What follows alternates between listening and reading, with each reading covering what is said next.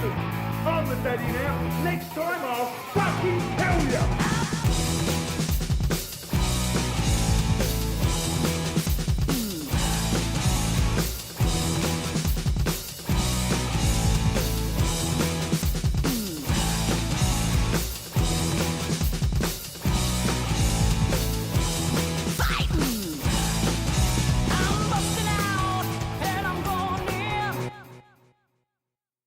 Hello everybody, welcome again to a new episode of Combat Docket Radio Live, episode 4. This is Kurt, as always, alongside my co-host Ben. And this week, we have a good bit to talk about. UFC 215 happened. We have the fallout from that, what the UFC is going to do with Ray Borg and Demetrious Johnson. We had the big women's title fight. Amanda Nunes taking a very close split decision from Valentina Shevchenko. The big boxing match of the year, arguably, whether you like Conor McGregor, Floyd Mayweather, or Triple G Canelo. That's coming up this Saturday. And Luke Rockhold makes his return to the middleweight division to fight David Branch coming up this Saturday from Pittsburgh. What's going on, Ben? Not much. Pretty good here. Beautiful day up in New England. Can't complain. Yeah, it's been a nice weekend. Are you a football fan at all? No, I'm an odd breed. I obviously follow MMA, boxing, grappling, all that stuff very closely. The only other sport that I follow closely is baseball, and I realize I may get some shit for that because most people find baseball incredibly boring, but I love it. And I did. I went to Fenway for the first time over the weekend. It was beautiful. The Red Sox won. I'm not a Red Sox fan, but the Red Sox won. Not a football fan, though. Are you? That's awesome. I'm a big Red Sox fan. Fenway's a great spot. I'm also a big football fan, so it was awesome to have football back in my life. You know, UFC 215 Saturday, some good college games Saturday, and then a full day of NFL. Like I said, it was nice weather up here in New England. I am a Giants fan, though. The Giants got their asses handed to them last night. It's looking a little bleak, but yeah, it's good that NFL's back. If you give me a team to root for, I'll do it. Go Giants. All right, enough of that football talk. Let's jump into 215. You want to talk about the Ray Borg, Demetrious Johnson scenario that broke, what was that, the day of weigh-ins? Ray Borg was pulled by the doctors from his fight with Demetrious Johnson? Yeah. I woke up to it. As did I. Obviously, the first thing I reach for every morning I wake up is Twitter on my phone. I woke up to that news. It's crazy at this point. I just don't get surprised anymore, especially a guy like Ray Borg. He had a history of either missing weight or pulling out of fights. So it's yes, I was shocked and super sad. Obviously, Demetrious Johnson didn't get a chance, at least that night, to break the title defense record. Anymore, it's kind of like you almost expect something to fall through at the last minute. The interesting thing, I've heard, obviously the UFC officials are adamant that it was illness related and not related to the weight cut. I'm not entirely sure. I've heard, rumors from other fighters saying, oh, of course it's related to the weight cut. And anytime you're cutting that much weight, almost anything that happens when you're doing that to your body is in some way related to the weight cut. So Ray Borg works with the company Perfecting Athletes, which helps a bunch of other fighters, including, I think, Amanda Nunes, yes, with their weight cuts. They put out a statement saying this was not related to the weight cut.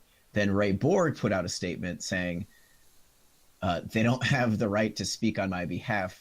And he was basically quiet about if it was related to the weight cut or not. And then he said, I fired Perfecting Athletes. So it kind of makes me think that Borg, like whoever was handling his weight cut, messed something up.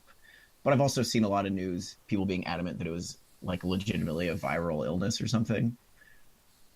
I don't know if you've heard any other like rumors or where you stand on, was it related to the weight cut or was it not? But I don't know. At this point, I'm indifferent, like sadly indifferent about fighters pulling out real last minute. Well, funny thing is, the ladies from Perfecting Athletes are actually from Connecticut. I trained and taught at a gym that they used to own. They've since moved on and moved to Florida. But, I mean, anything you hear about Perfecting Athletes, they really do a great job. I've never heard anything bad about them. I know a lot of fighters work with them. I didn't see that whole tidbit on Borg, any of Borg's statements, really. I did hear, like you said, that UFC officials and I know the doctors supposedly pulled him for an illness. But it was also kind of weird. He did an interview like the day before he pulled out. He looked good, sounded good, said he was good, said he was feeling great, and then the next day, he pulls out. I tend to think that it was probably a weight issue. I know the guy, he's missed weight twice. This is his fourth occurrence now where he's either missed weight or pulled out of the fight late. He previously missed weight twice, and I want to say a card last September, I believe. I can't remember. Oh, no, he pulled out of a fight with Ian McCall, I believe 3 days before the fight. And now he gets his big opportunity to fight Demetrious Johnson. He pulls out the day of weigh-ins. Can you...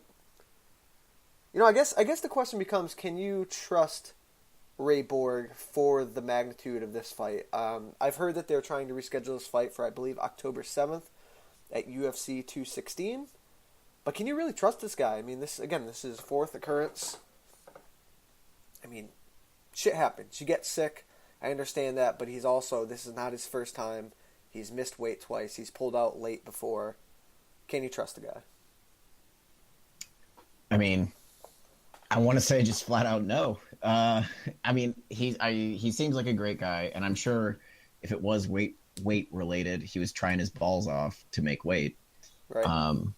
But history repeats itself, and just like you said, he has a history of missing weight or pulling out of fights pretty close to them happening. Yes. Which kind of makes it interesting that they're trying to reschedule it. I think my initial reaction was that they're just going to put him kind of back in the hopper to work his way back to a title because they don't trust him necessarily. But it is risky. And think about, let's say he upsets Demetrious Johnson. Now he has to make one. He doesn't get that 1 pound allowance again in another fight, and he's expected to make 125 as a champion again. It seems risky all around.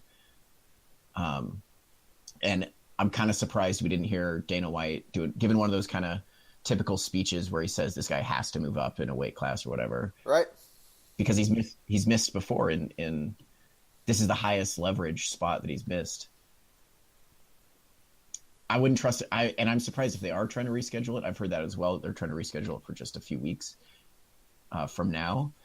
I'm surprised that Demetrious Johnson is he totally cool with signing to fight Ray Borg again when there's a good chance that he might run into the same exact issue in a few weeks? Agreed. Like we talked about, he is going for that record-breaking title defense. If Ray Borg does miss, it becomes a non-title fight. A lot of risky business here to re-sign that fight with Borg. Let's get off. Let's go out of order a little bit on the UFC 215 card. Now, I made a point the other day that when Ray Borg pulled out, I wouldn't have been objected to see Henry Cejudo step in to fight DJ. Their first fight was a little bit rushed, and then Cejudo put on the performance of his career. He looked absolutely excellent against Wilson Hayes. His striking looked much improved. It looked really crisp.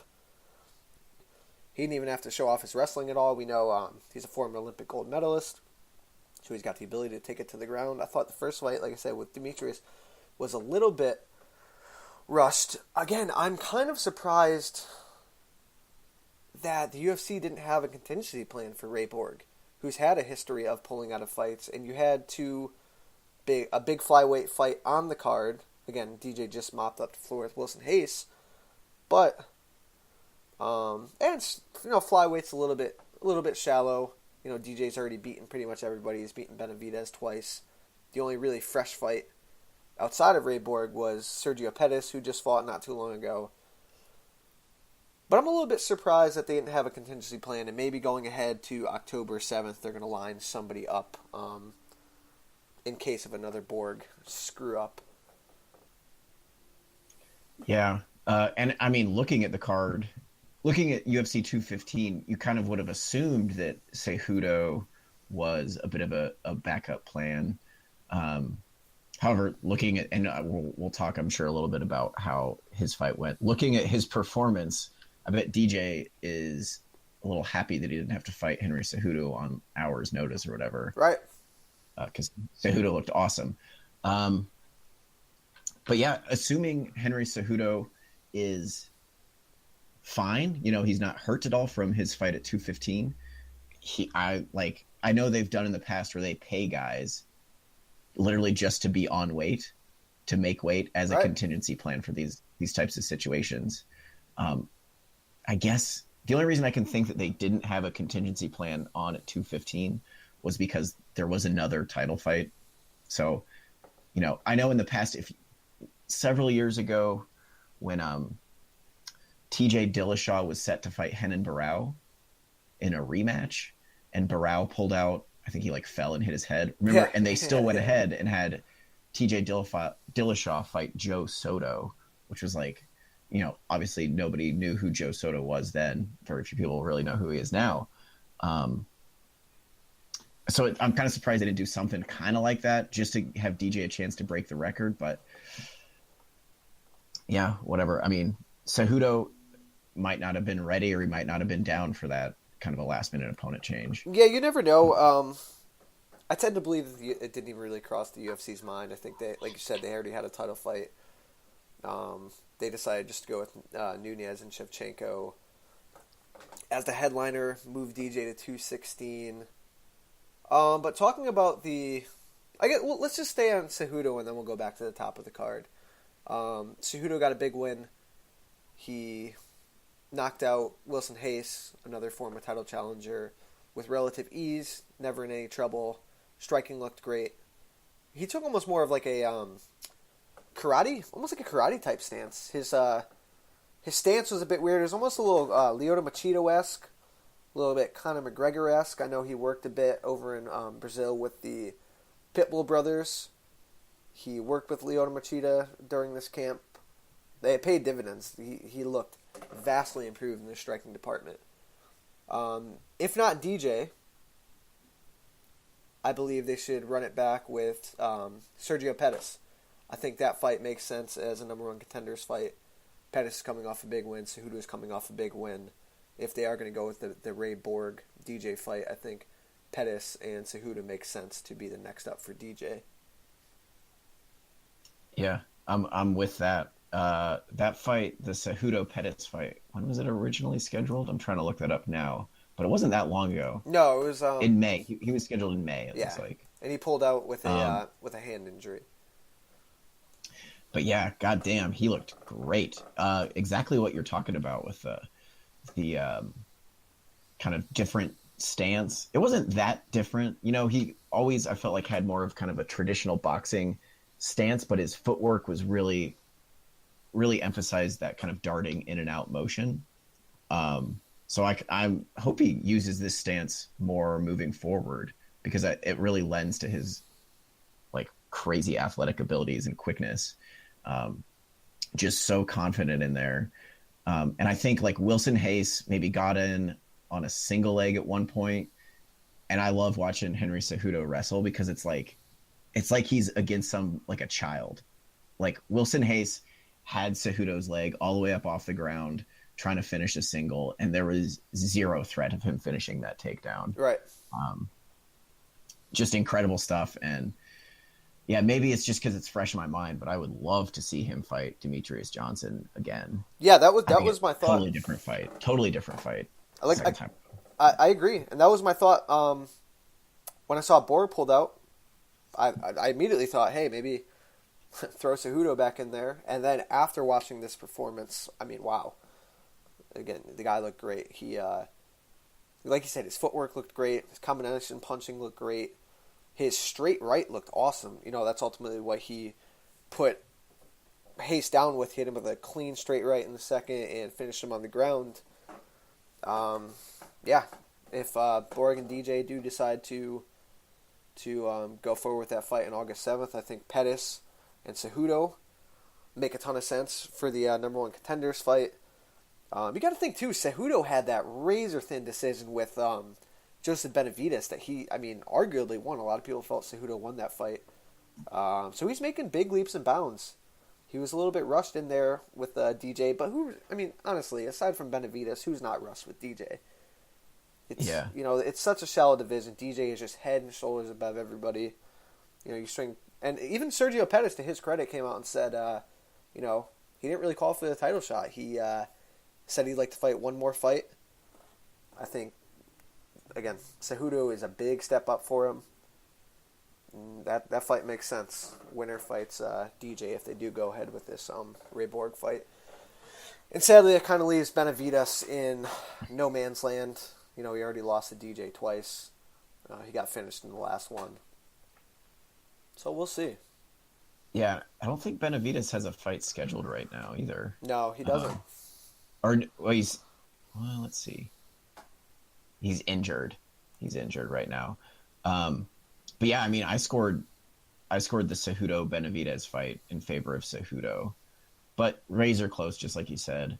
And you know what? Looking at Cejudo's record, his fight with Demetrious Johnson was only his 11th professional fight. Right. So I don't care what kind of wrestling credentials you have.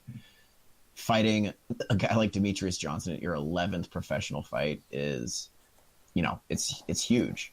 Not even professional fight. He had no amateur career. That was his 11th MMA fight, period, was fighting Demetrious Johnson. Yeah, and he hasn't been fighting that long either.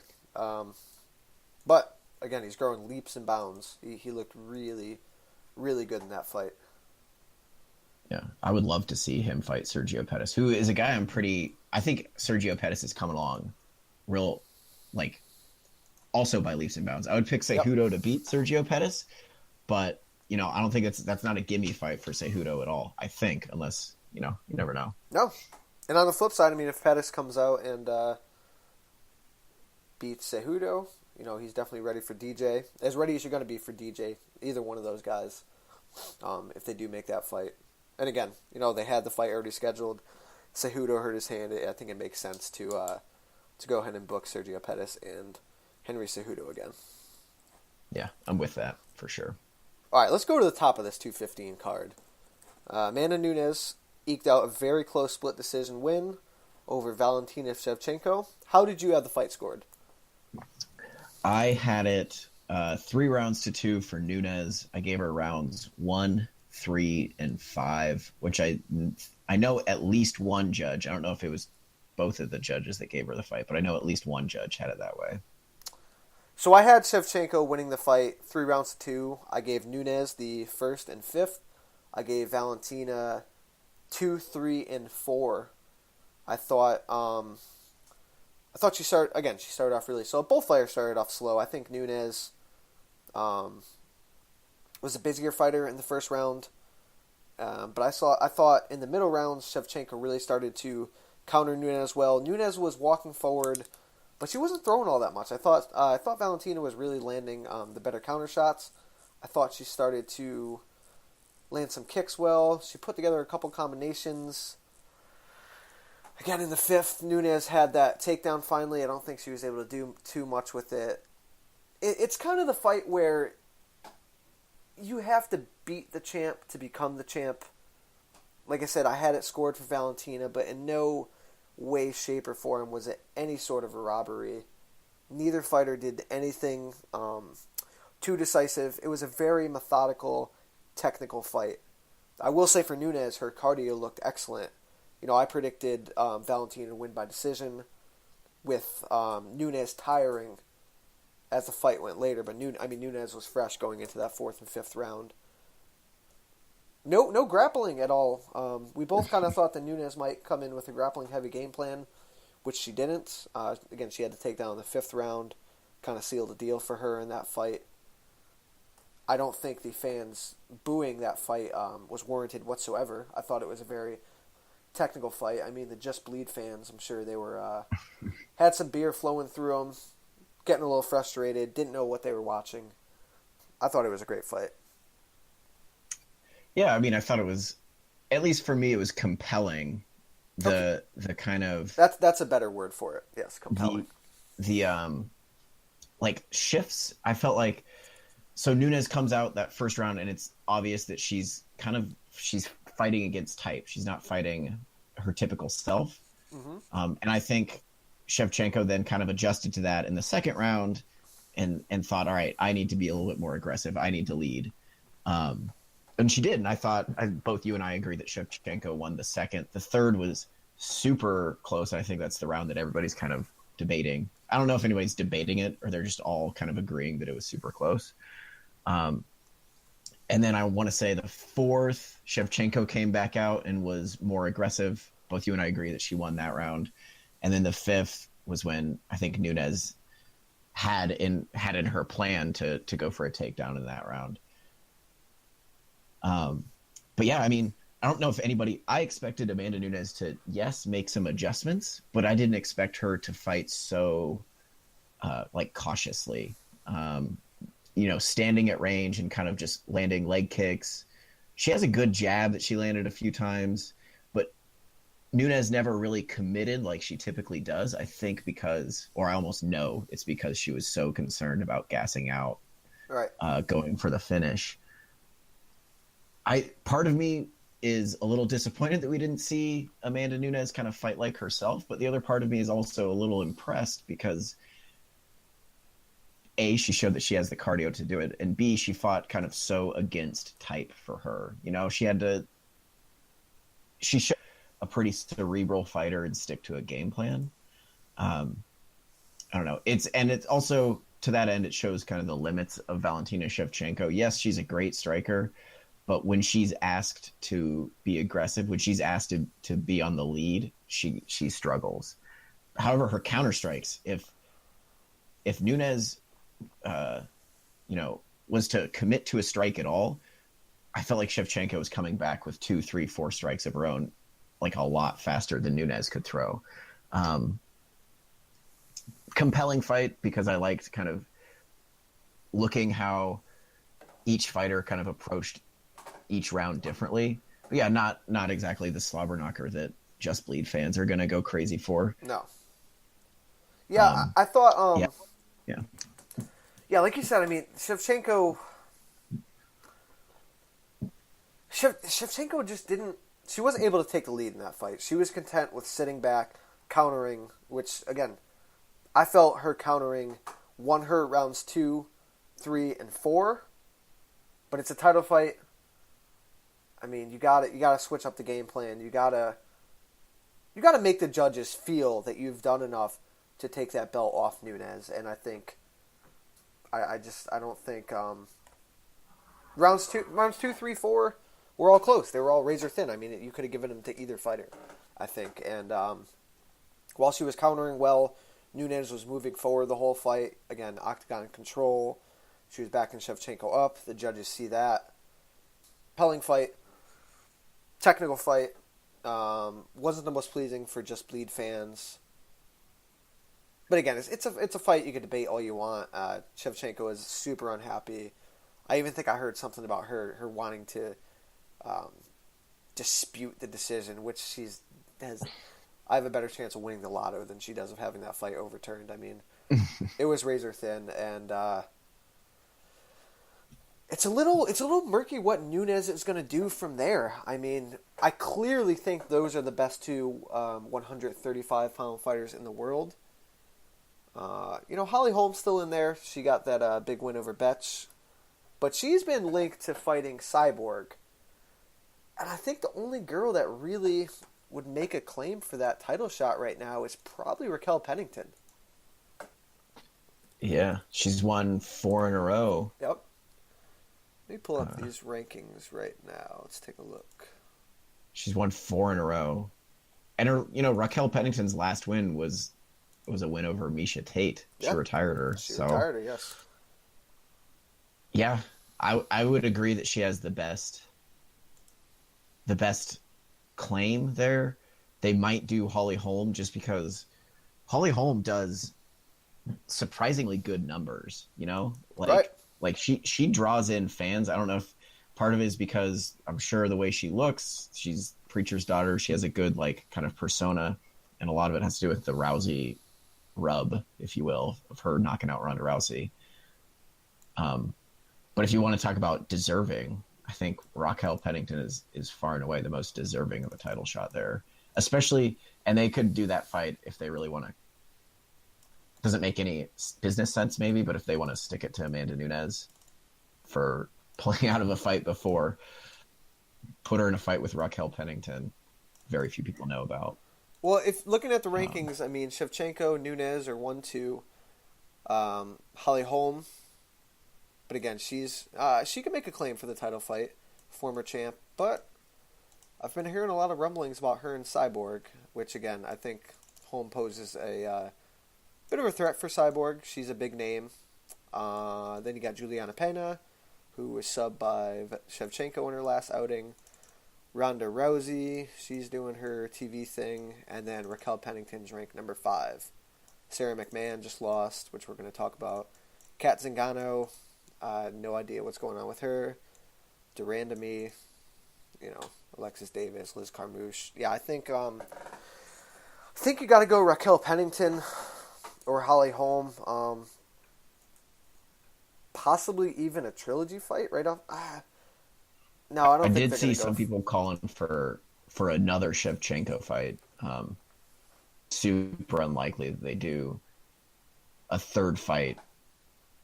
When the first two went Nunes' way. Right, and especially the way this past fight played out. I'm sure it wouldn't do good for another fight ratings wise. Yeah. Nunes said in the prints that she's going to get surgery on her nose, sinuses, or whatever that deal is. Yes. And she thinks she's out for the rest of the year. So you never know. Some things might shake out differently over the next few months that give us a more exciting contender. But I'm with you that I think the clearest contender, for me at least, is Raquel Pennington. Agreed. All right, let's move on to that co-main event. Rafael dos Anjos absolutely steamrolled Neil Magny. And both of us picked Neil Magny. We liked him as the underdog pick. But goddamn, did dos Anjos not only surprise me, because, nobody runs through Neil Magny like that. And again, it was dos Anjos' second fight up at 170. And you even talked about last week how you were waiting for dos Anjos to fill out for 170. And I think he did. The guy looked amazing in there. His body looked... He looked good for the weight class. He wasn't outsized. And Magny, again, is a big dude. But, dos Anjos looked amazing. He knocked him down with that sweeping leg kick, stifled him on top. Magny went for a couple of deep half entries, tried to get something going, and dos Anjos did not move. And then he set him up and finished him with an arm triangle. Textbook. Great top control.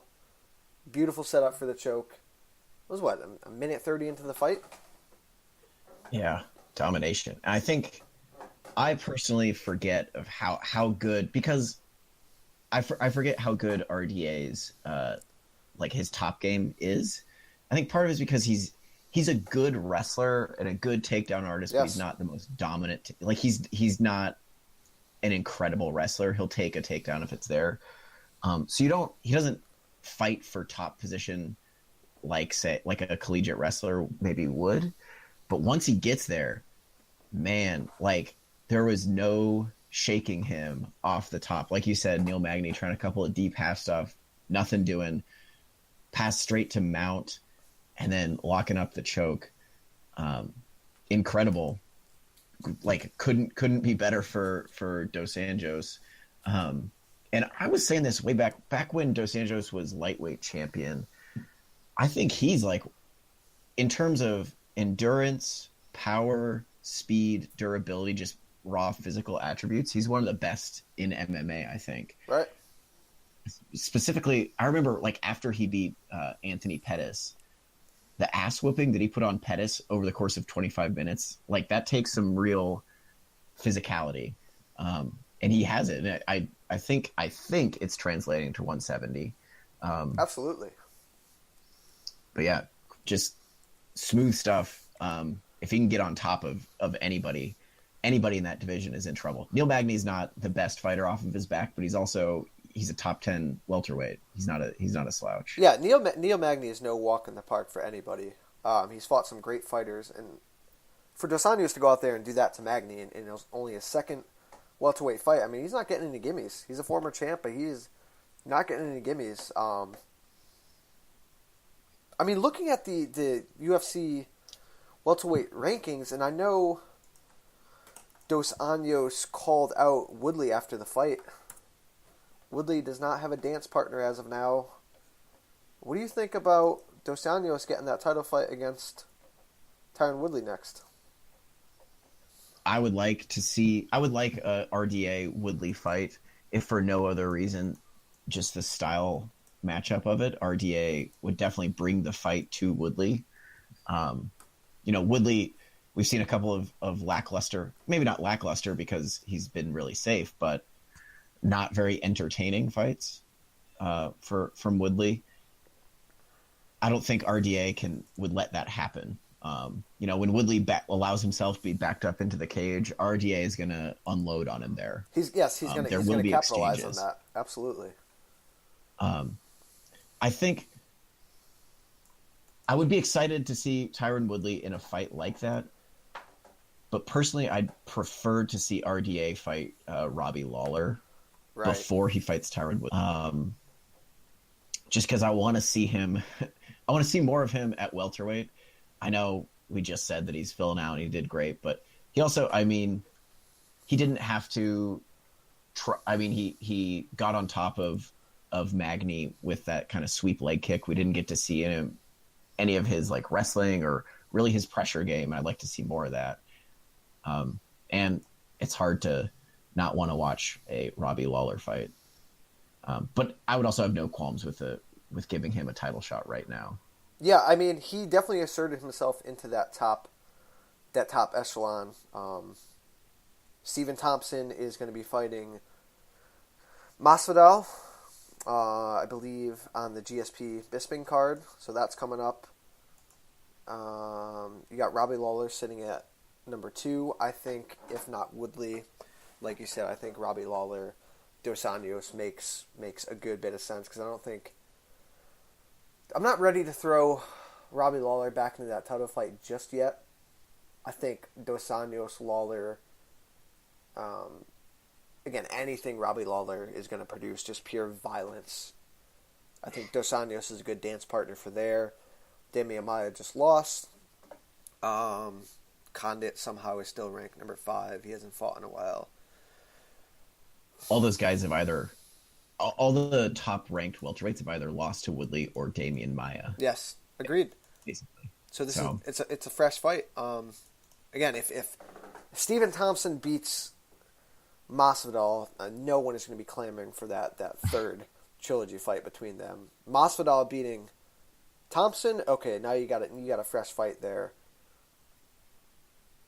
I'm interested. I think they can give him this fight. I mean, again, he's a former champ. He's got 2 dominating wins at 170. He just ran through number 7. They might wait to see how it plays out with Masvidal and Woodley, or Masvidal and Thompson. And like you said last week, which I didn't even know about, leading up into that Damian Maia Tyron Woodley fight, they had Dos Anjos on the back burner as like that contingency plan.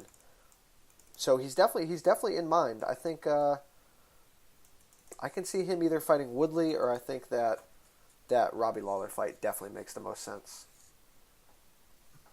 Yeah. And from what I understand too, Woodley is on the shelf for a minute. So we can kind of let things shake out. There's no rush to schedule a title fight there. Agreed. Yeah, I think he tore up his shoulder, right? Yes. So Yes.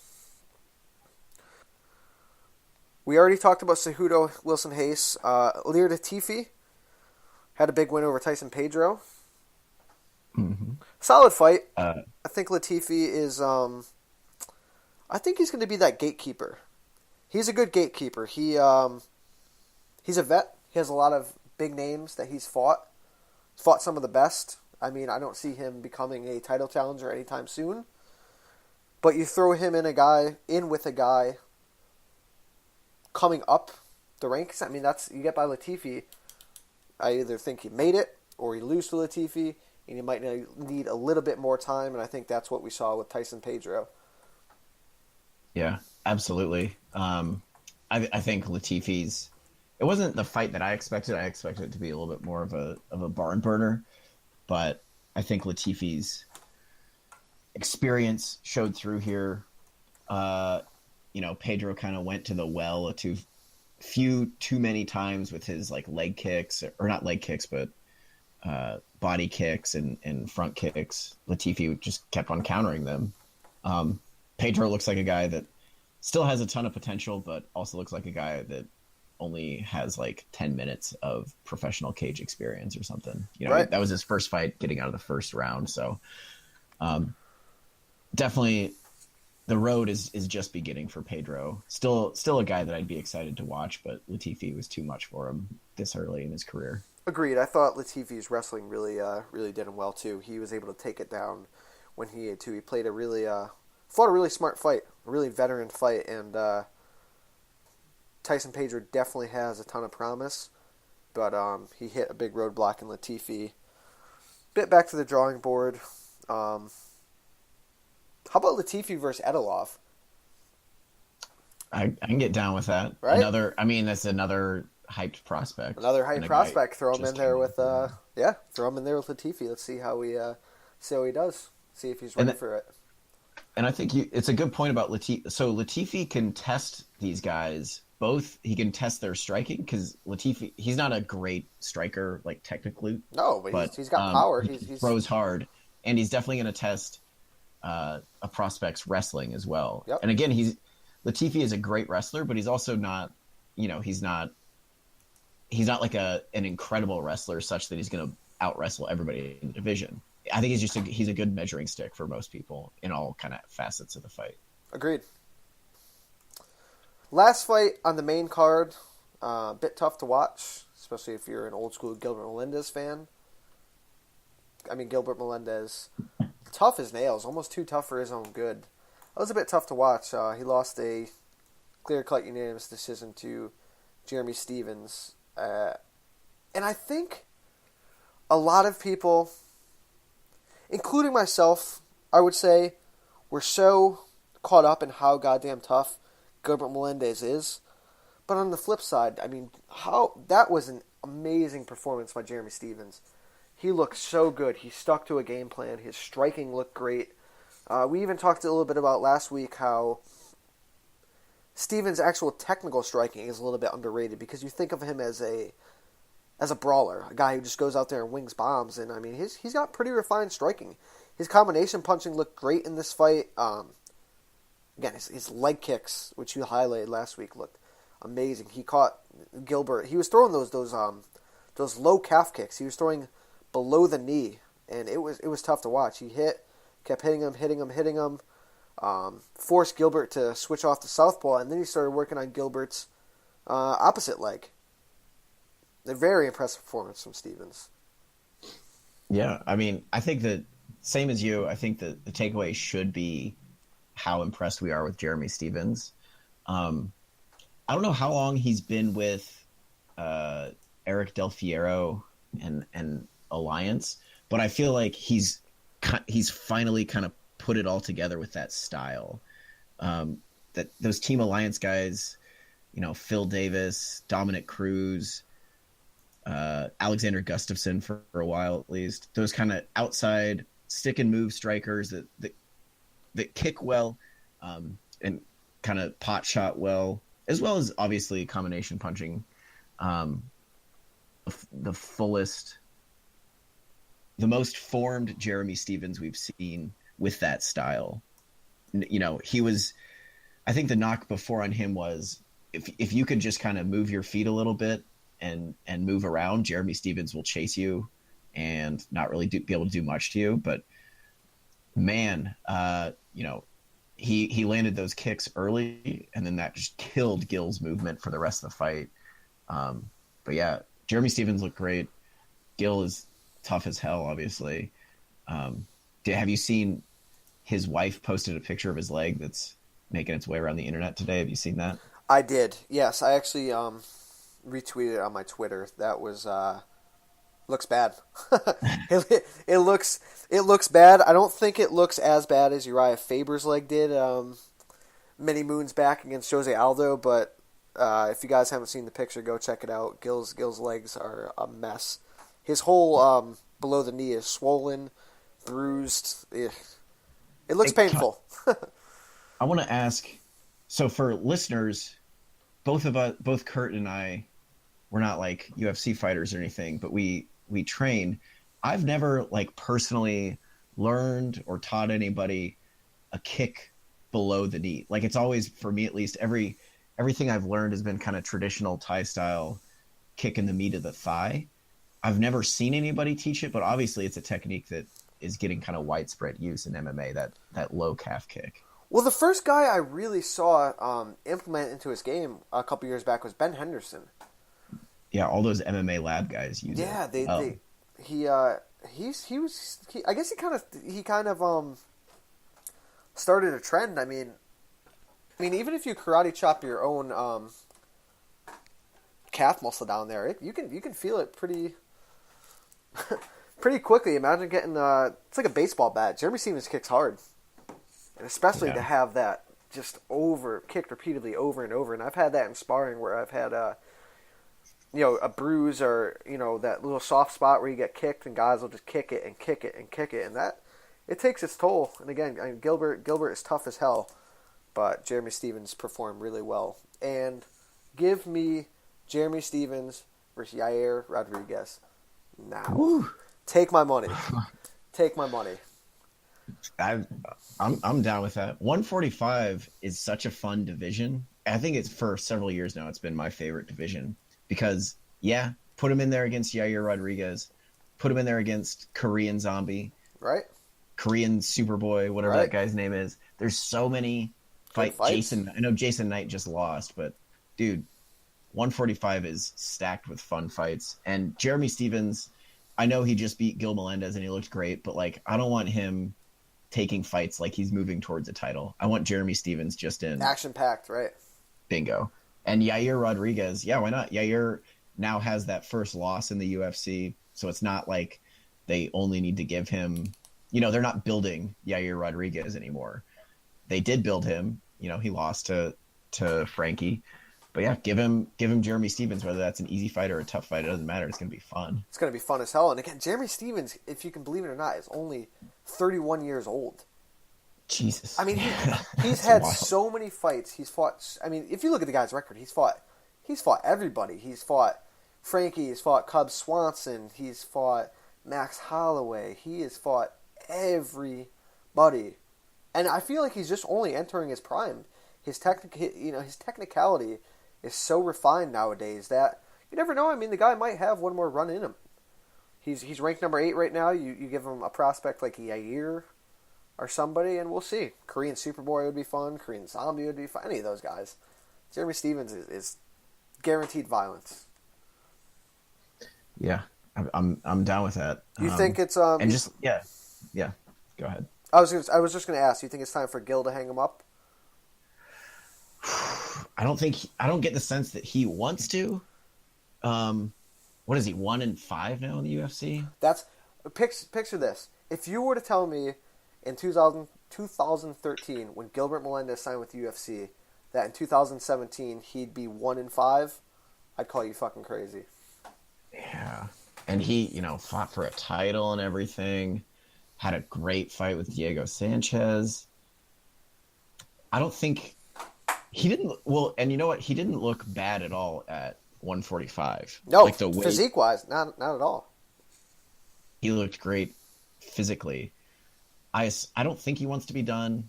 And I know he's not going to like sell a huge pay-per-view or anything, but he has some fan following. Just give him, I want to see him in like a very winnable fight. Right. I agree. 145 or 55. Cause let's see, a loss to Jeremy Stevens before that, a loss to Edson Barbosa, a loss to former champ Eddie Alvarez, a loss to Anthony Pettis in the championship. He's only been fighting top guys.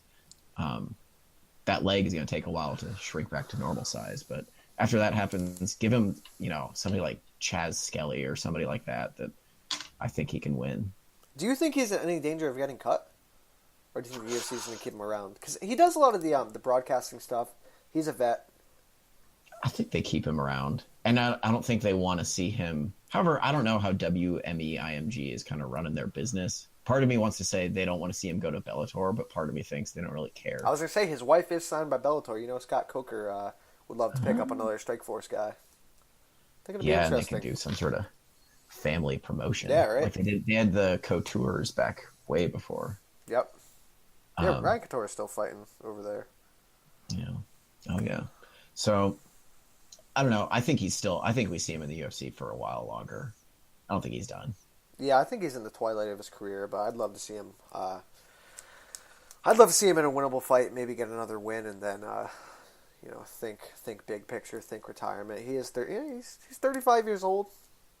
He's had a long career. He's definitely had some wars throughout his career.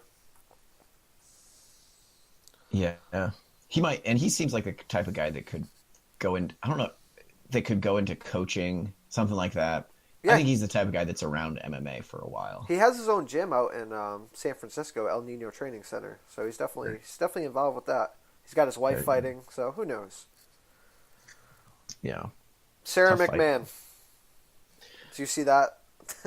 I did. Craziness. The one-armed, half-guard, wrong side arm triangle. I mean, that's just bad grappling from Sara McMann. Yeah. You feel the arm triangle coming. And again, her half-guard wasn't even locked up. So Ketlin Vieira could have easily stepped over the half-guard, but you can't sit there with your back flat to the mat. You got to shrimp. You got to work. And she was right by the cage. Work your back to the cage. Get your back off the mat. Get up on your hip. Something. You felt it coming. She had a great first round. I mean, she implemented her game plan perfectly. I thought it could have been a 10-8. It's pretty damn close. And then she got subbed with her arm triangle that she finished, 3 straight with or 2 straight with? 2 straight, yeah. Just pure... I don't know if it's an in-fight thing or if it's a training thing, but it's just pure panic when Sara McMann is on bottom from her, Yes.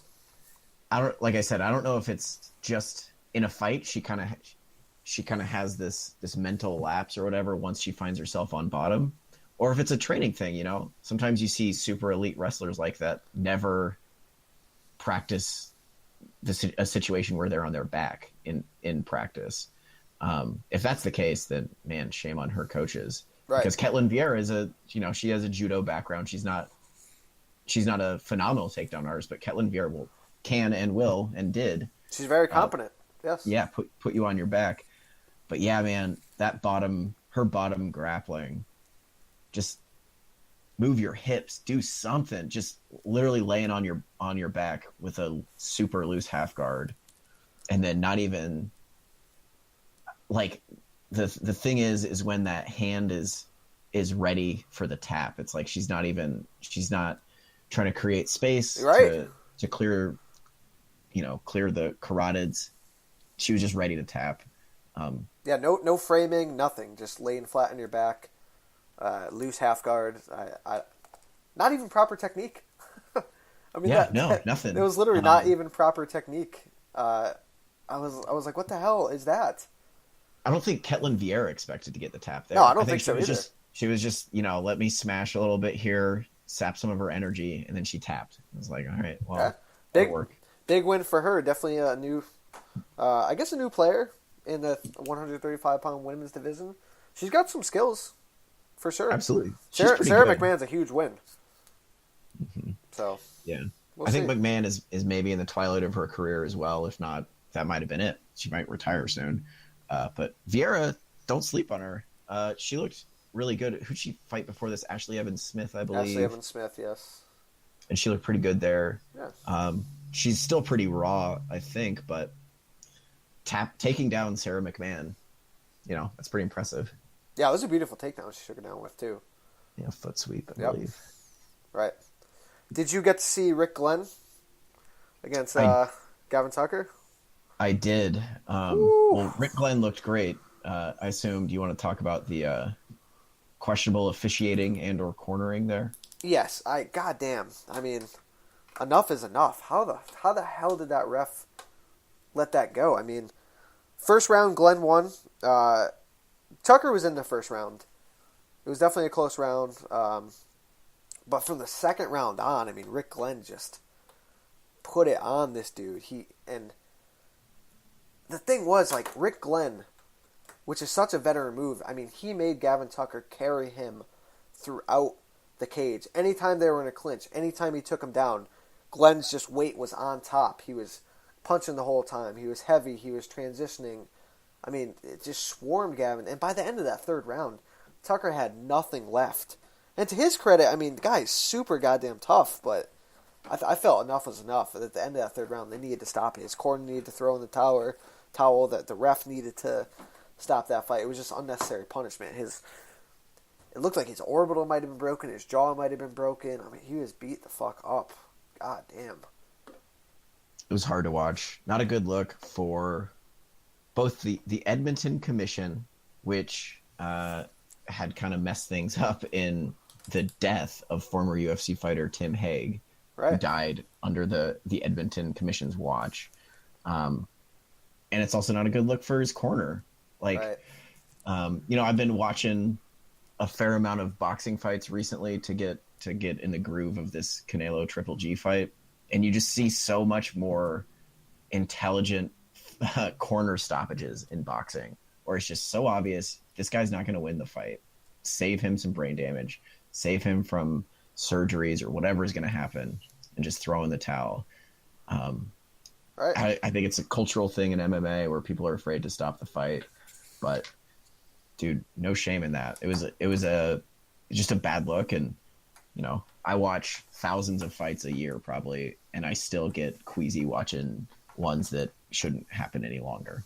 No, that was a pure beatdown. Again, all Gavin Tucker was really able to do was, I mean, he was rolling back and forth from Turtle, but again, Glenn was just so heavy on top. He was not creating any space. I mean, he was trying for some heel hook leg locks, but he had no energy to finish him. Glenn was never in any trouble, and he was just following him and beating on him. That should have been stopped again, either by the ref or the corner.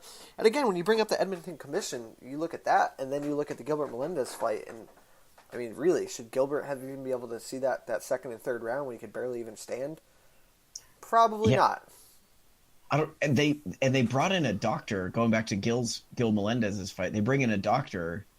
The ref calls in the doctor, and it's like, I think he literally said, "Can you walk on it?" And Gilbert, of course, is like, "Yes." Of course, he's gonna say yes, and he's like, "All right, go ahead." Like, what the fuck? What kind of examination is that? Yeah, dude, he didn't even check out his leg. I think he literally said, "Can you walk?" And Gilbert was like, "Yeah." It's like, "All right, go ahead." Like, they do more. Like, before the fight, I think often commissions will have fighters, you stand on one leg, touch your nose, do push-ups, things like that. They'll just have him stand on a leg, do something to see if it's even safe for him to continue. Maybe it was safe for him to continue, but yeah, who knows? They didn't investigate. A rough look for Edmonton Commission. But Rick Glenn looked amazing. I'm big on Rick Glenn, former World Series of Fighting champion. Got a ton of experience. He took that Evan Dunham fight at 155 on very short notice. And Evan Dunham's a tough-ass guy. That's a tough fight to take on short notice. He always comes to fight. Exciting fighter. But I was glad to see Glenn taking on a very good prospect in Gavin Tucker on a full camp at the correct weight class. Rick Glenn looked awesome.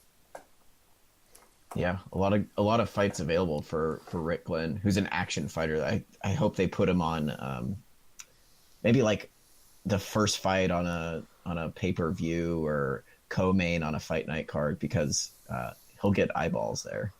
Rick Glenn versus Jeremy Stevens. Didn't even think about it before. Oh my god, yeah. You know what It's I'm a great saying? division, man. Yeah, man. The last thing I'd talk about on that card, did you see Alex White dismantling Mitch Clark? That was the only fight that I did not see. I was en route to the bar at that point. Oh, great striking display from Alex White. Landed some beautiful elbows. Yeah. Cut Clark up. Yeah, I mean, that is great performance, great striking. Definitely check that one out. He's a decent prospect. Yeah, absolutely. He's had some, his UFC record is checker, win-loss, or win, loss, win. But he's got some skills, and he's a guy that moved up in weight, which is probably a smart decision. Right. No, he looked great. Reebok's favorite guy too got a win. Caden Johnson, if y'all remember a couple months ago at that athlete retreat, Caden Johnson was one of the guys that stood up and I think criticized Reebok a little bit and got some heat, but he came back and after I think a year and a half layoff or something and got a KO win over Adriano Martins. It's actually a pretty good win for him. I did see that. It was a decent underdog win for him. Yes. I didn't expect him to win. No, I wouldn't have picked him either, but good to see him back. Good to see that he had the balls to stand up to Reebok too. Yeah. Do you think so? Overall, UFC 215. How do you think it's going to be a low buy rate? Oh, absolutely. What do you think? Do you think it'll break like 100,000 pay-per-view buys, or do you think it'll do terrible? Okay. I think it'll break 100,000. I don't think it's going to be too pretty. Again, that was more of a hardcore fan's delight. I liked it though. I thought it was a good fight. I thought it produced a lot of good fights. Produced some highlights, a couple bumbles, but overall, I thought it was good. I don't think it's going to do very much on buys. Obviously, DJ is one of the lower bought champions. Again, like we talked about, there was no real promotion for this fight. Yeah, I don't think it's going to do too well, but I enjoyed it. I'm sure most people listening to this podcast enjoyed it too. Yeah, same. Yeah, if you're listening to this podcast, you're definitely a fan of fights like Amanda Nunes, Valentina Shevchenko. Right. All right. A fight that is definitely not going to not do well is the boxing matchup coming up this weekend. The big one, Canelo versus Triple G. We'll talk a little bit about it. Well, let's make some predictions, and then we'll talk about UFC Pittsburgh coming up. So, I've gone kind of all over the place with trying to predict how I think this Triple G Canelo fight is going to go down. I think ultimately I'll give you my prediction now, which is that Golovkin wins by decision. Okay. But man, it's a hard fight to predict. I think Golovkin kind of has a style to stifle Canelo. Canelo is a better boxer, I think, or a little bit cleaner technique, and he's definitely faster with his hands. That said, Canelo does not fight well on his back foot, and I think he's not flight of foot enough to kind of deal with Triple G's pressure. So I think we're going to see first of all, I think we're going to see a great friggin' fight, the way the styles match up. Because Golovkin is always exciting, always a kind of a swarmer, a heavy pressure fighter. He's going to move forward. And to that end, Canelo is not really an outside fighter. He's not going to be able to stick and move, at least for stretches, I think, against Golovkin. And Canelo kind of has a mean streak into him in that if and when he gets hit, he almost always fires back. So I think we're going to see quite a few kind of brawling exchanges, and that's the fight that Golovkin is typically after, and typically the fight that he wins, those kind of wild exchanges, because Golovkin is so durable and he hits so hard. I think Golovkin's going to win most of those exchanges, being probably the bigger fighter. Alvarez was a welterweight for most of his career, whereas Golovkin's been a middleweight his entire career.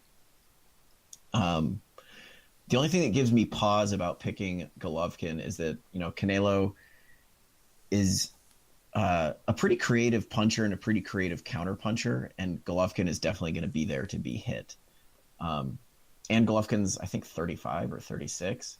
So don't be surprised if Canelo flashes some of his boxing talent and lands some pretty nifty counters. But I think with Golovkin, it's just a matter of time before he gets you against the ropes and kind of unloads. And Canelo, I don't think, is fast enough on his feet to escape that fate. It's a tough fight for me to pick, but I'm going to go with Golovkin by decision, especially I think he's going to take over the later rounds, being a bigger, more powerful fighter. Like you said, tough fight. Excellent matchup. I've kind of gone back and forth too, but right now, week of the fight, I'm going to lean towards Canelo. I think he summed up most of it pretty much. One thing that I will point out too is Canelo has excellent head movement. I definitely think he is the cleaner boxer. I think Golovkin, who is a harder puncher, is going to get into bits of trouble if he strictly tries to headhunt Canelo. I think Canelo has good enough footwork, good enough head movement to stay away from some of Golovkin's punches, especially if he's not using his setups properly, not pumping the jab out.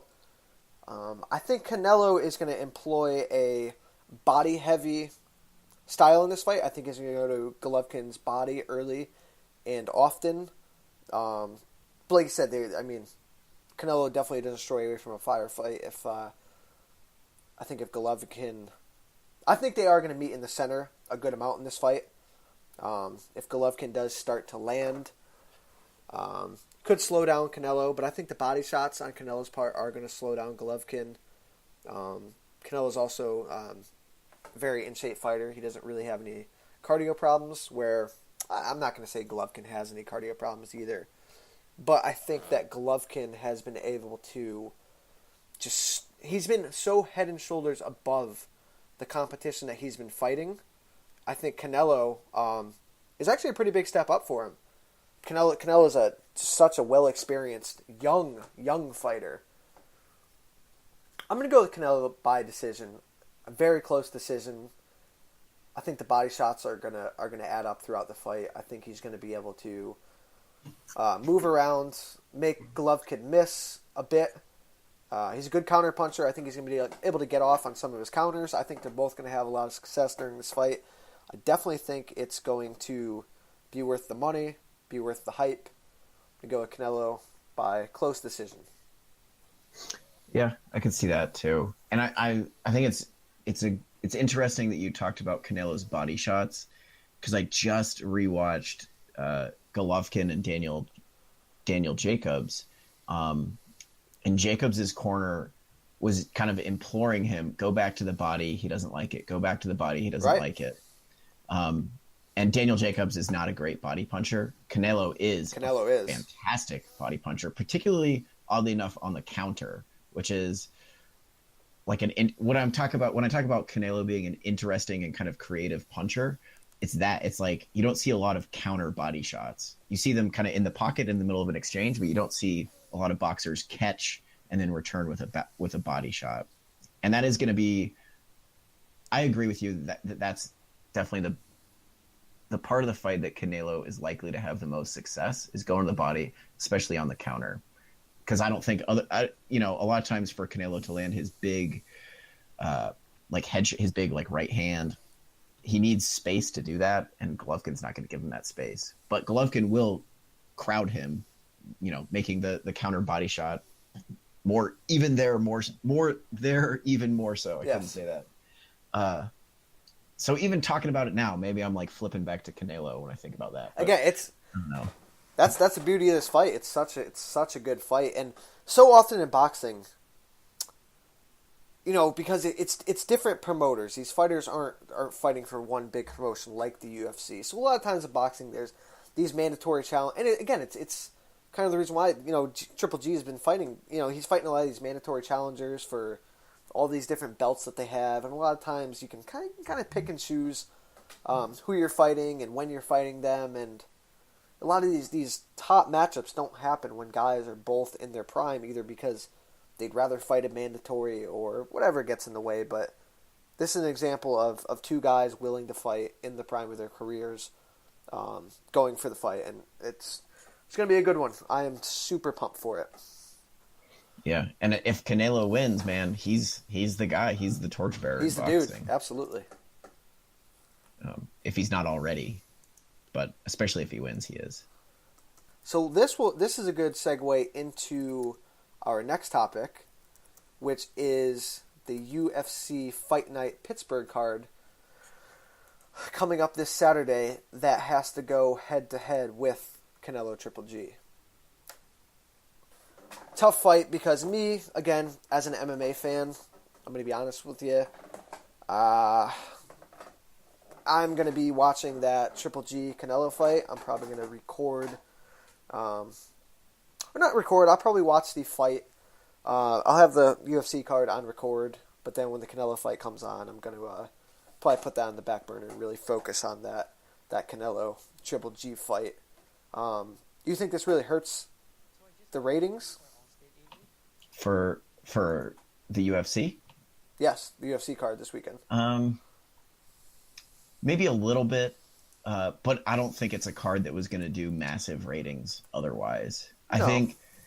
I think this it's an okay card. There's a lot of prospects that I'm kind of excited to see, but I think it's the type of card that hardcore fans are going to tune into, but also people that are just flipping through their television on Saturday night. Oh, there's cage fighting on. Let me watch this. Right. I don't think Canelo Triple G is going to hurt them so much because it was not going to do great numbers to begin with, I think. I don't really know. No, I hear you. I agree with that. I just think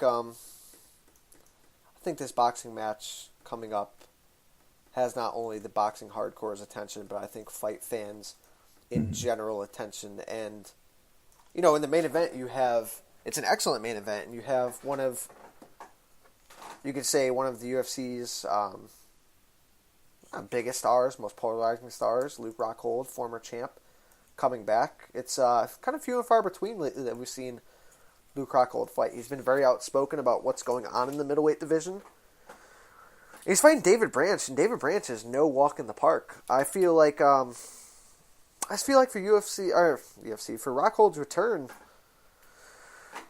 I think it's a tough spot to be in. Fighting David Branch, fighting against that Canelo card, but maybe I'm overstating the Canelo Triple G card. No, as far as odds on him.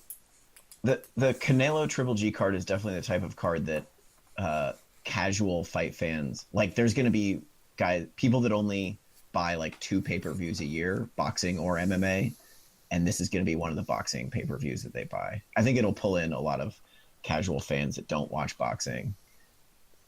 It'll be huge. I just think the UFC card is going to be like a little below average no matter what, essentially. Right.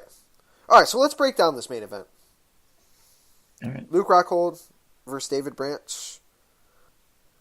It's, again, like I said, it's a tough fight for Rockhold.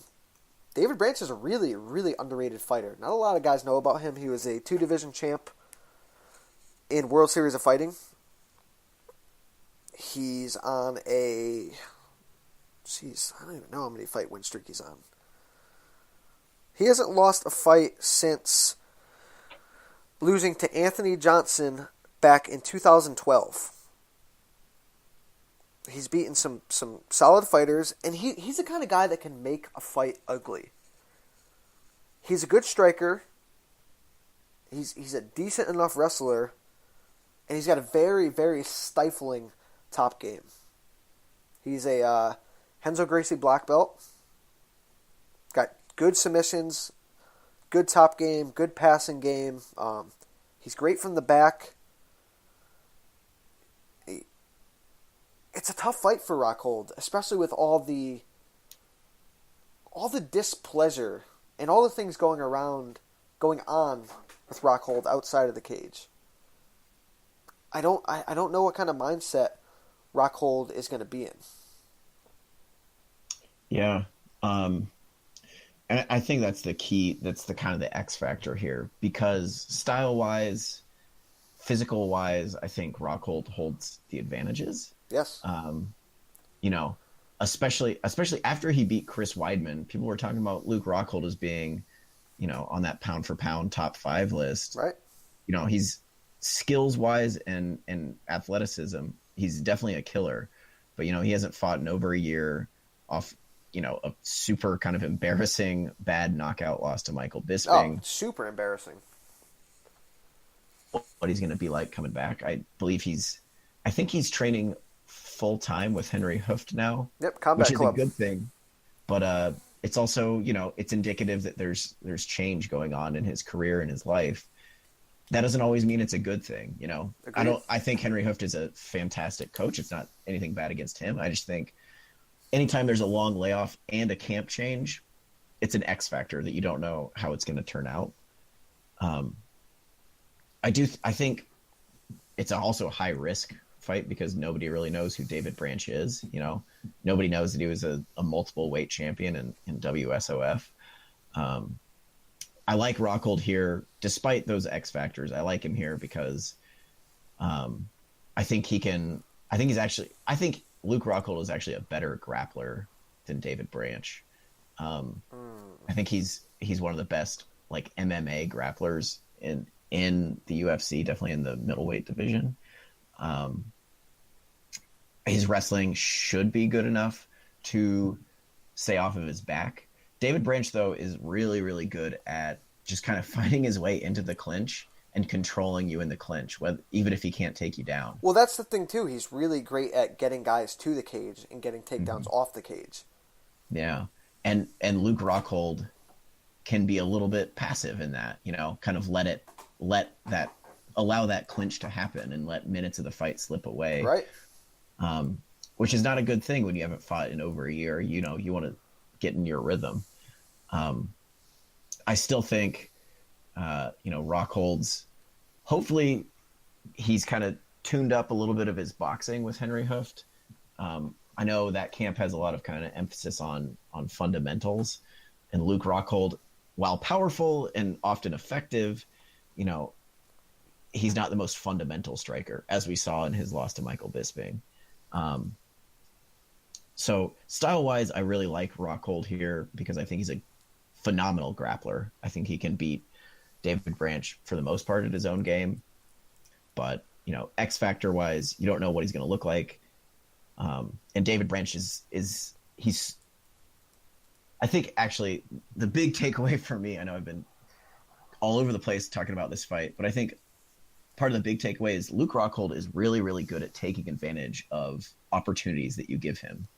You know, we saw that when Chris Weidman threw the spinning kick and then bam, Rockhold's on his back and beat the shit out of him. David Branch doesn't really, you know, he's a veteran and he's so tight. He doesn't really make a lot of mistakes, if any.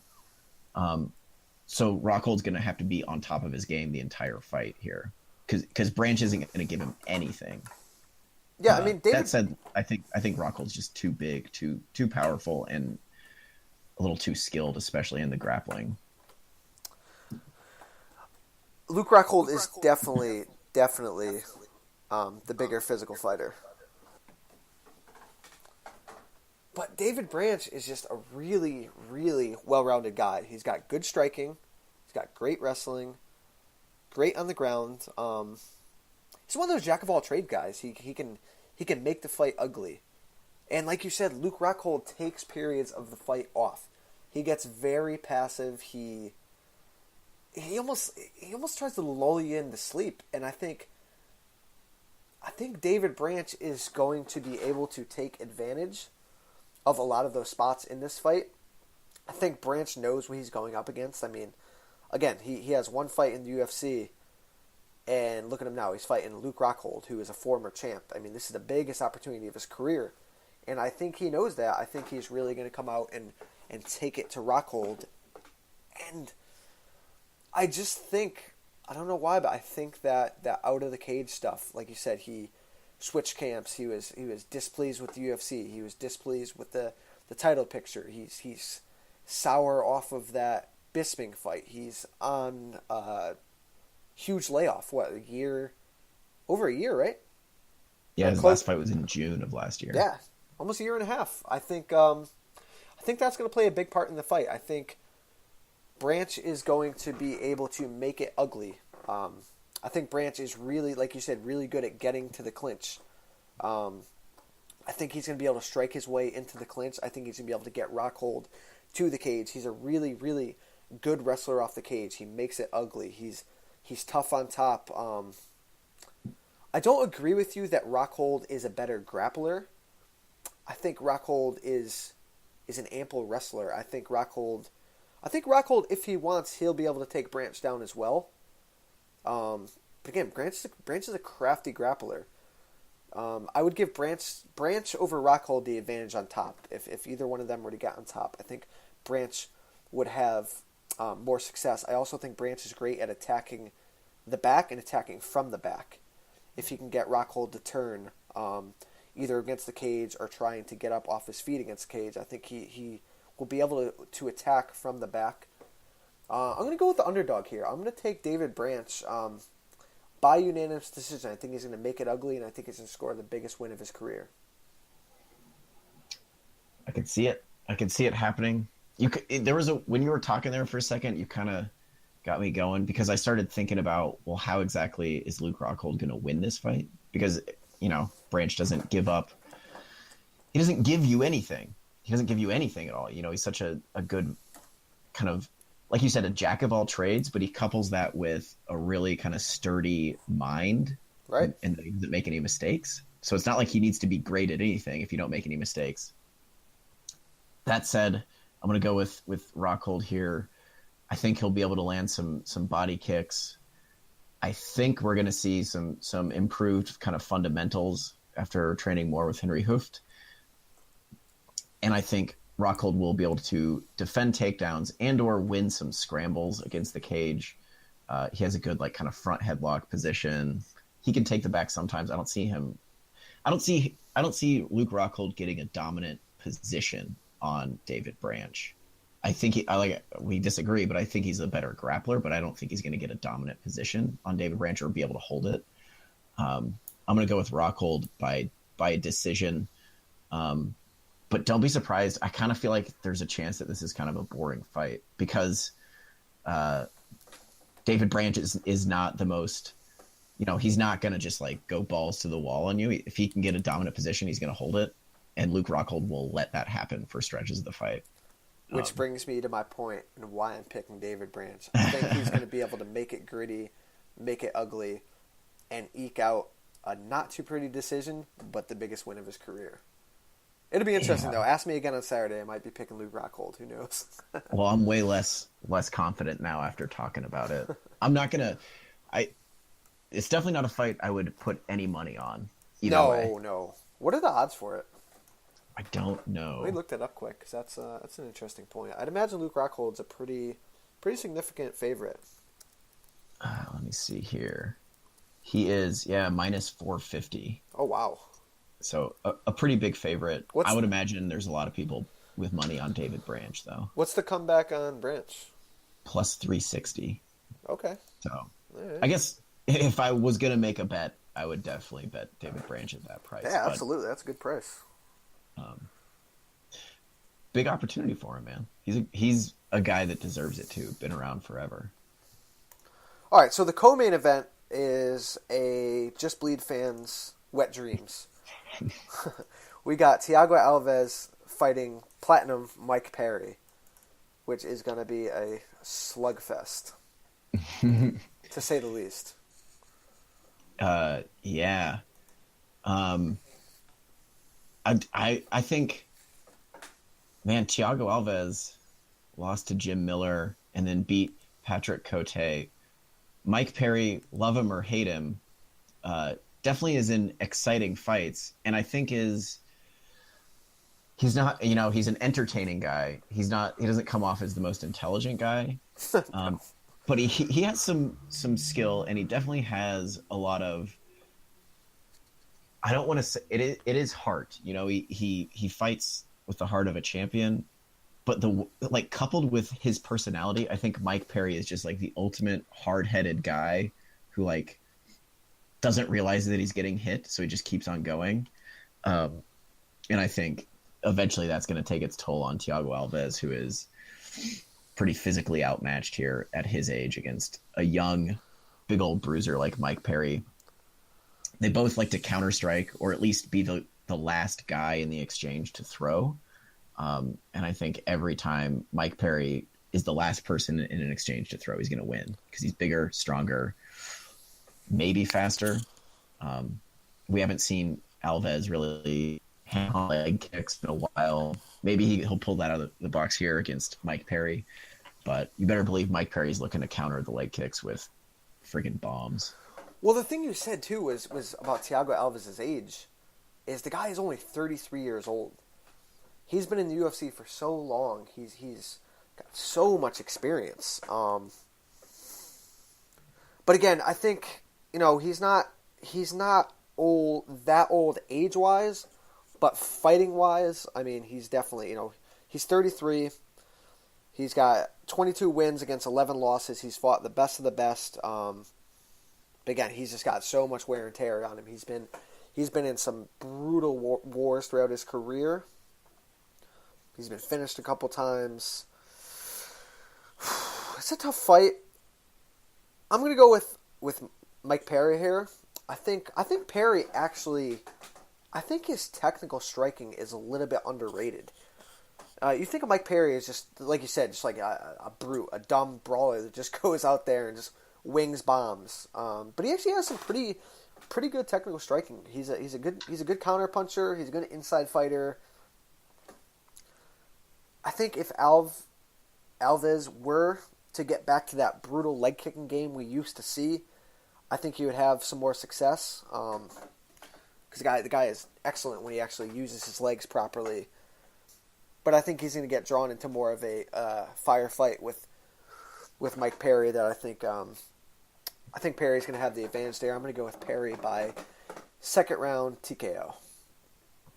Yeah, I'll go one better. I'll go Perry by first round TKO. I think TKO? Alves is just going to be there to be hit way too much, and I really want to see Mike Perry do some fucking breakdancing after he wins again. So I think he needs a finish for that to happen. Right.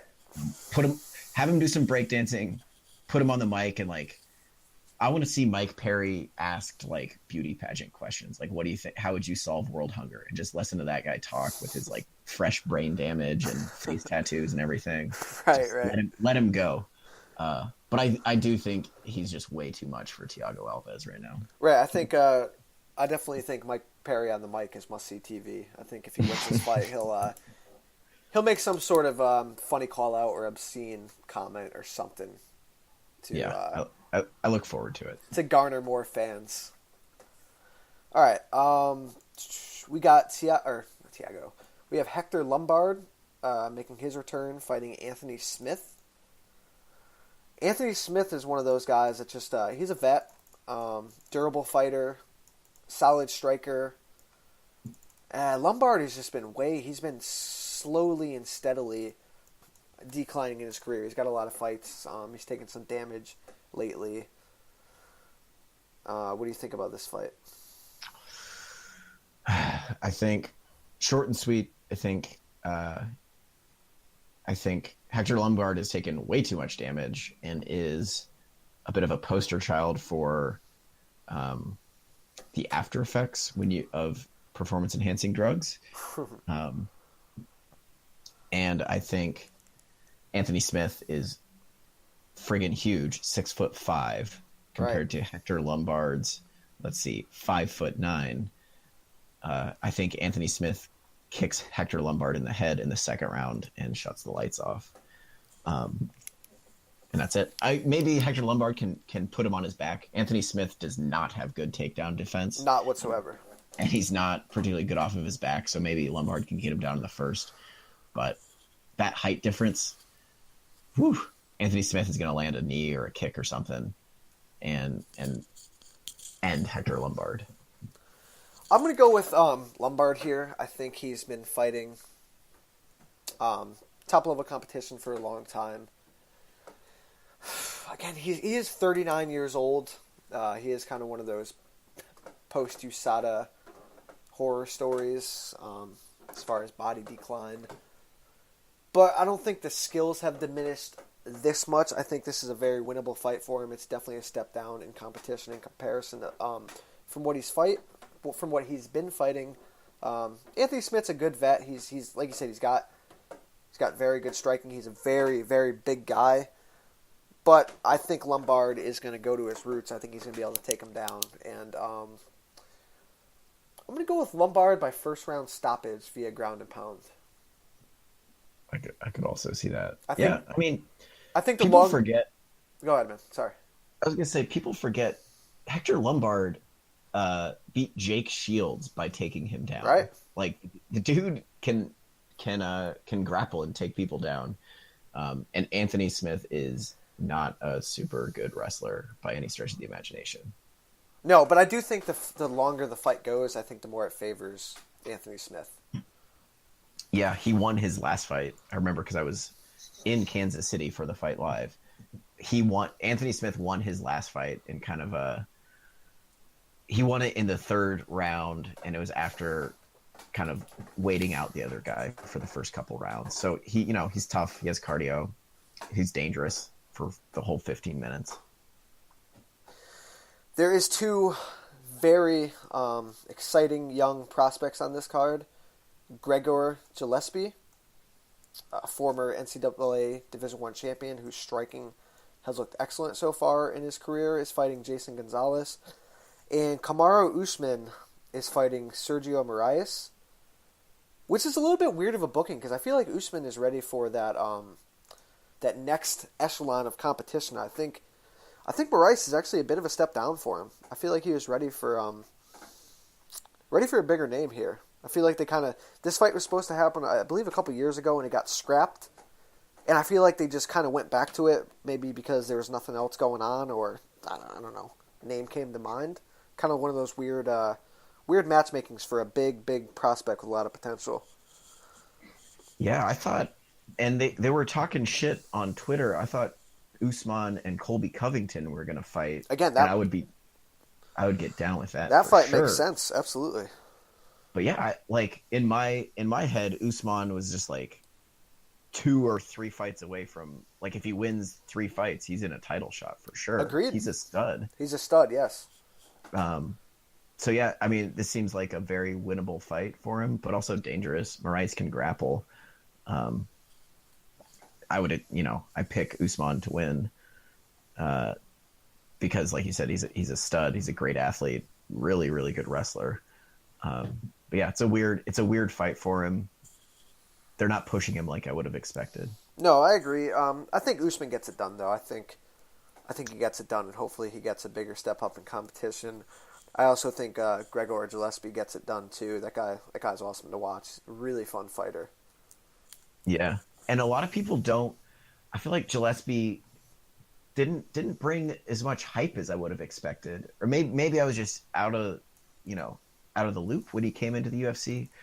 But he was an ROC regional champion on top of being, a national collegiate champion in wrestling, and won his last fight in like 20-second knockout. Yeah, his striking looks awesome. Definitely one of the best prospects in that division. But it's still, compare him to Usman. I think Gillespie needs to still be brought along kind of slowly, and that's what they're doing. They're giving him a super winnable fight here against Jason Gonzalez. But Usman, I expected a more high-profile fight from him. Agreed. Last fight I'll mention on this card, it's on the undercard. Pretty low down on the preliminary card, which I'm surprised, is Uriah Hall's getting back into it with Krzysztof Joku, who is a victim of David Branch in his last fight. Joku is on a nice win streak.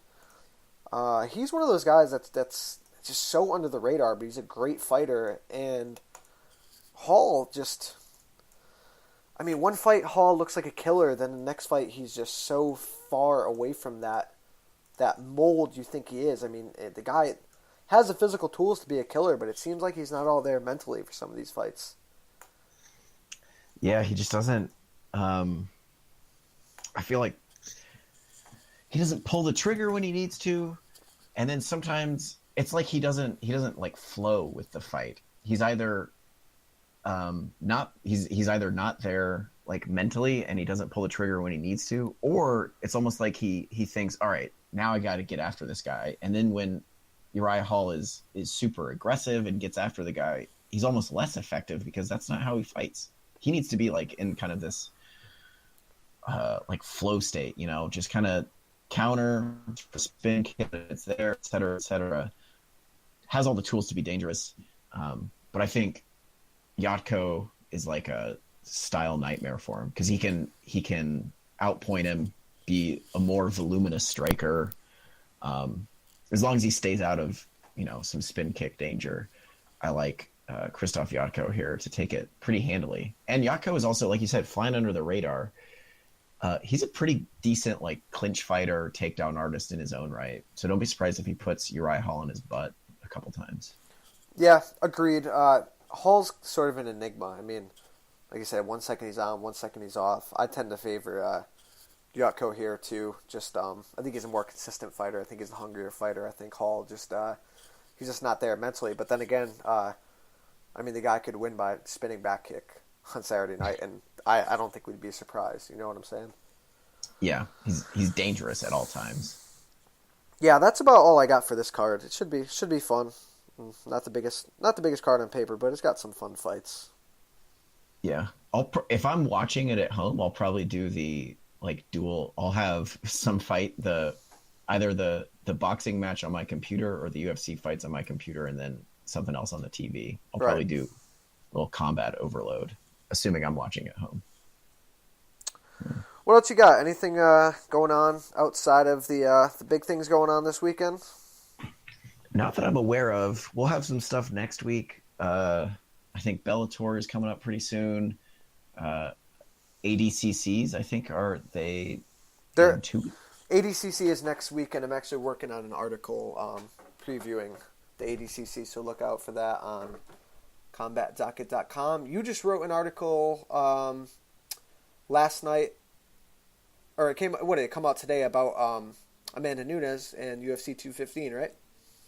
Yeah, talking about Amanda Nunes's kind of cautious strategy. So go check it out on Combat Docket. Get at us on Twitter. Let me know if I'm wrong or right.